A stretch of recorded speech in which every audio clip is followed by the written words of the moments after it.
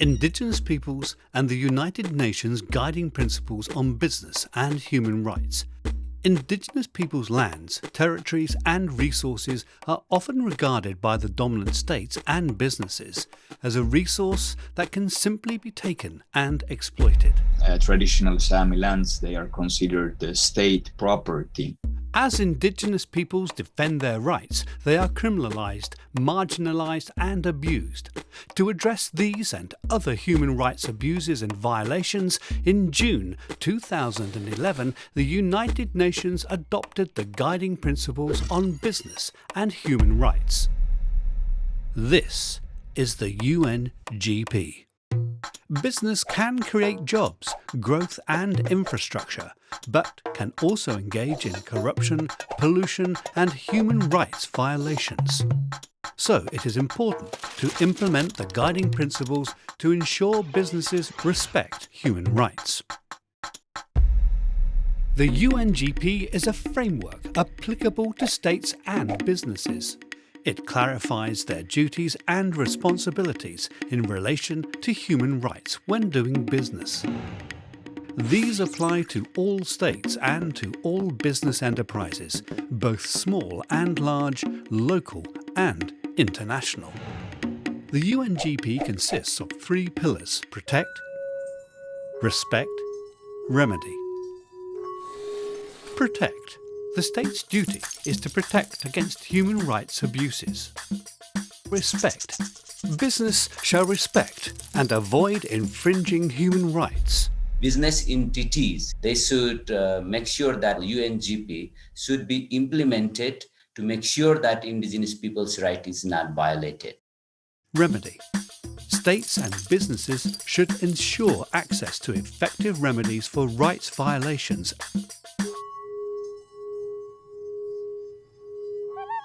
Supporting the UNGP. The UNGP is overseen by the UN Working Group on Business and Human Rights. Their mandate is to promote the UNGP, identify good practices, make recommendations for effective remedies, monitor alleged human rights abuses and intervene if necessary, and importantly, guide the UN Forum on Business and Human Rights. The UN Forum on Business and Human Rights is an annual 3-day event. It serves as a global platform for stakeholders to discuss trends and challenges and promote dialogue and cooperation on issues linked to business and human rights. The participation of Indigenous peoples within the forum enables them to advocate for the inclusion of the collective rights enshrined in the UN Declaration of the Rights of Indigenous Peoples, UnGP. И могу сказать, что форум, который проводится ежегодно, форум глобальный бизнес и права человека, на нем голос коренных народов очень-очень громко. Я очень надеюсь, что рабочая группа также продолжит работать по коренным народам, по защите их прав.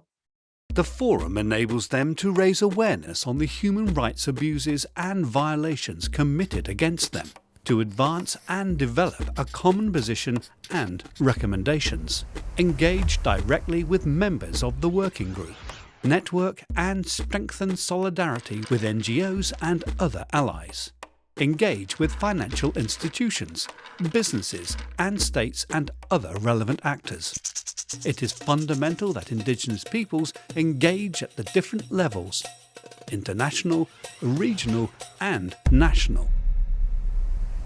Implementing the UNGP, National Action Plans, NAP. These should be developed through a multi-stakeholder platform including Indigenous peoples. An NAP should include commitments by the states on how business will be regulated and how the 3 pillars will be implemented. A decade of UNGP implementation. After 10 years of the UNGP, challenges still remain as the rights of Indigenous peoples continue to be ignored and violated by states and businesses. For example, on the Norwegian side, there is the Fosen wind power plant, which is, I believe, the biggest wind power park in Europe. And that is built on traditional Sami territories and without consent. There are some good experience, but there are some not so good experiences on these mines. We want people here have a job, but they don't actually do that. And there's also a lot of environmental issues.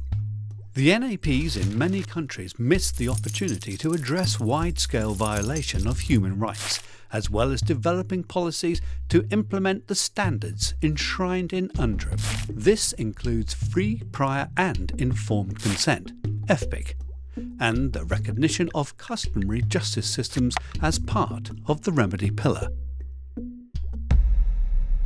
Nuestros territorios y bosques son vida, no son mercancía. Los pueblos indígenas hemos insistido que nuestros territorios no están a la venta.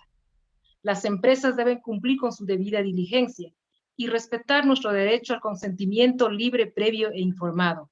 Asimismo, deben cumplir con los estándares internacionales de derechos humanos en todas sus actividades, incluida su cadena de producción.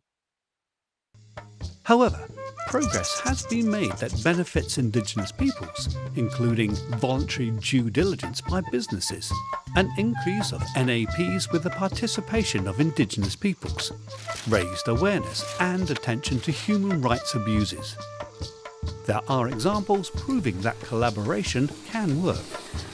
In Australia, a participation agreement was created between Argyle Diamonds and the Miriwong, Gija, Malning and Woolnar peoples on whose lands an Argyle mine sits. In the Arctic, the Sami people successfully campaigned to have Stora Enso, a multinational paper company, change its wood procurement practices. Companies often want to maintain some kind of image of being respectful towards human rights, towards Indigenous people's rights, environmental standards, and so on. Nowadays, that social media can be used very effectively to mobilize a lot of attention. Regional and national progress has been seen in Latin American countries with the development of FPIC protocols and judiciary decisions related to human rights abuses by businesses. But it remains a very dangerous environment for human rights defenders.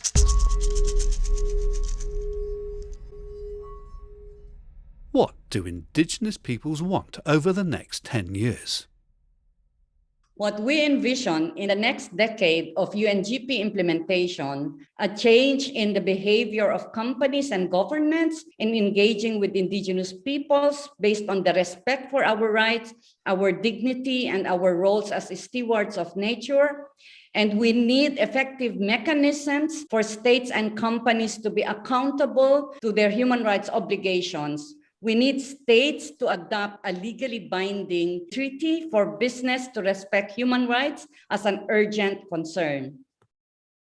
There are differences between the hopes related to states, business, and among Indigenous peoples themselves, but there are fundamentals that form the foundation of the cooperation required to achieve a sustainable balance between business, human rights, and Indigenous peoples. So what is it that Indigenous peoples are hoping for? Integration of the UnGP in the UNGP implementation, including the proper application of FPIC. Recognise, respect and support community-driven FPIC protocols and guidelines when engaging with Indigenous peoples. Establish effective mechanisms for Indigenous peoples' access to remedy at project, national, regional and global levels, as well as the integration of Indigenous customary justice systems. Conduct outreach for awareness raising on the rights of Indigenous peoples and the UNGP. Establish effective mechanisms for the full and effective participation of Indigenous peoples at all levels, especially of women and youth. Было бы очень важно, чтобы мы, старшее поколение, конечно же, уделяли больше внимания развитию и образованию молодежи, чтобы наша молодежь могла права своих народов на том же уровне, на котором делается и в рамках ООН, и в рамках. Our greatest hope is for a just, equitable, and sustainable world with respect for diversity and the dignity of all its people.